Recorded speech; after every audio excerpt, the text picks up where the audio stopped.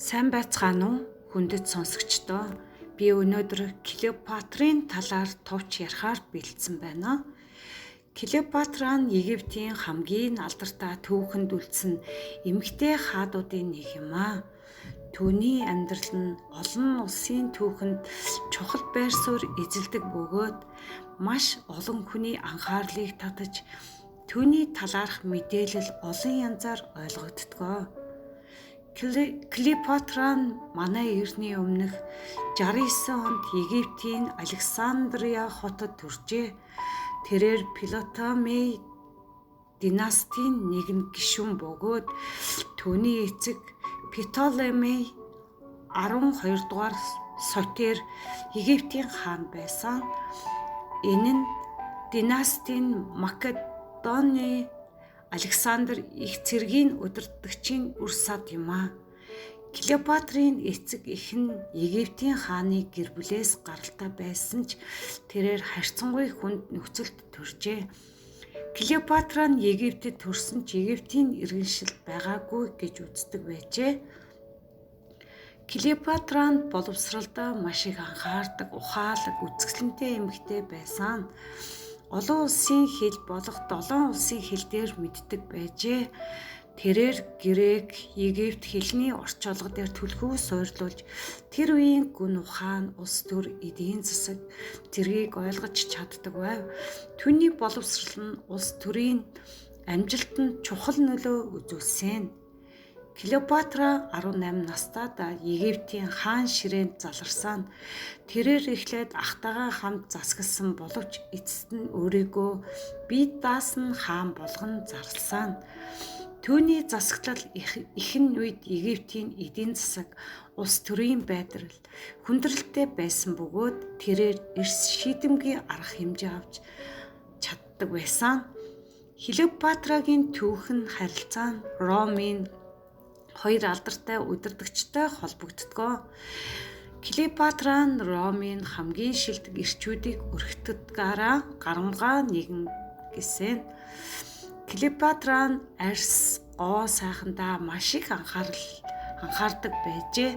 Нүүрэндээ өргөс тэмх маш их нөлөөлсөн гэж үздэг.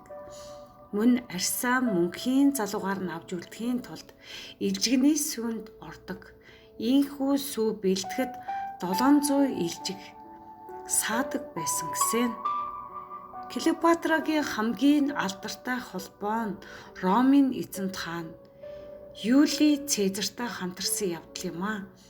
48 онд Цезар Египтэд очиход Клеопатра түүнийг хүчрхэг удирдагч болгож чадсан.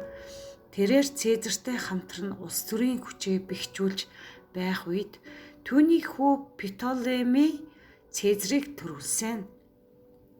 Цезар нь Египтийн Ромын соёлыг төвлөрүүлсэн хэсэгт шилжүүлэхэд чухал үүрэг гүйцэтгсэн.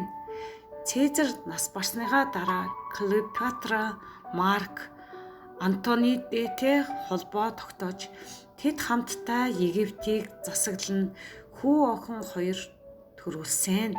Тэдний харилцаа Ромын эсрэг тэмцэлтэй холбоотой байсан. Энэ хугацаанд Клеопатра Египтийн ерөнхий төрийн чиглэлийг баттгах хатуухан шийдвэрийг гаргаж байсан.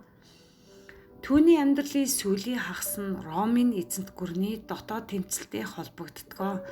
Марк Антони болон Октавиан Август нарын хооронд тэмцэл Египтийн мөн татах Клеопатра болон Марк Антонигийн эсрэг Октавиан ялалт байгуулжээ. Октавиан нь Египтийг эзлэн авч түүний Ромын эзэнт гүрний нэг хэсэг болгон бүртгэгдсэн.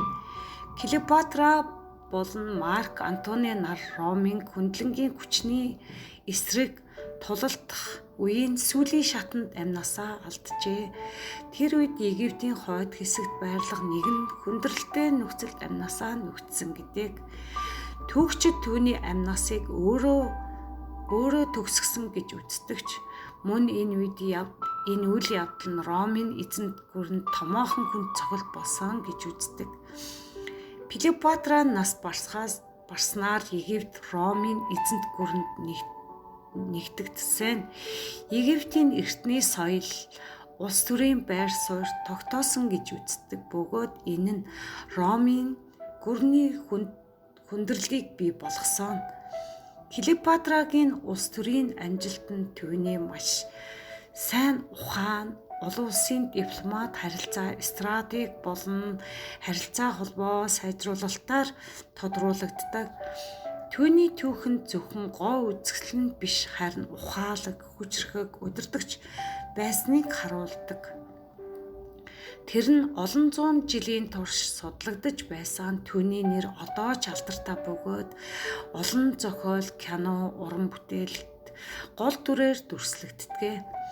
Түүний хөшөө 1881 онд Нью-Йоркын төв цэцэрлэгт хүрээлэнд Клеопатрагийн зүү нэртэй Египтийн дурсгалын хөшөөг босгосон.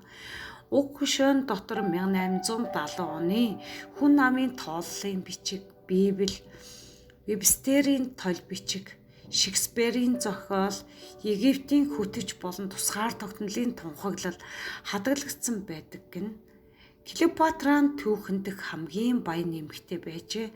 Түүний өмч нь 98.8 тэрбум доллар хүрдэг гэж үздэг. Клеопатрагийн амьдрал түүний хамгийн сонирхолтой. Амьдралынхаа туршид олон үндэсний соёл, эдийн засаг, улс төрийг өөрчилсөн авгай эмэгтэй удирдагчийн нэг болж түүхэнд үлдсэн гэдгийг хүндэтгэн сонссонд баярлалаа.